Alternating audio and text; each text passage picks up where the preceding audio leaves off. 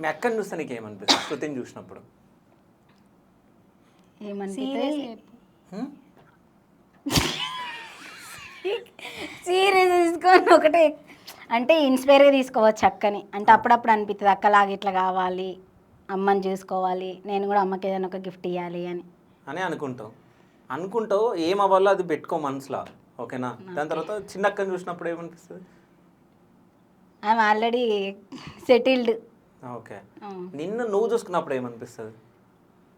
వీళ్ళలాగా నన్ను నేను చూసుకున్నప్పుడు ఎందుకు ఇట్లున్నా అనిపిస్తుంది, ఇంకా సెటిల్ కావాలి, తొందరగా సెటిల్ కావాలి అనిపిస్తుంది. ఓకే, నీ ఏజ్ ఎంత? 22. 22. ఓకే, సో ఉంది కదా ఇంకా ఏజ్, మంచిగా ఏదైనా ఒకటి సెటిల్ అయిపోయి బ్యూటీషియన్ చేపిస్తుంది అంట కదా మీ అక్క, మరి చేసుకోవచ్చు కదా?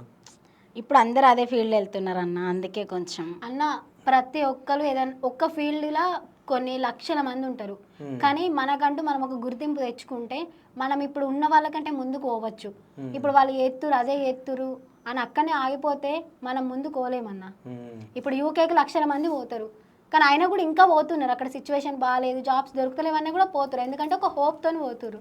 మనం కూడా అట్లనే ఒకటి చేయాలి. అందరు అదే ఎత్తురు నేను చేస్తాను చెయ్యాలంటే అందరు రోజు అన్నం తింటారు, మరి నువ్వు తినకు, ఎందుకు తింటున్నావు?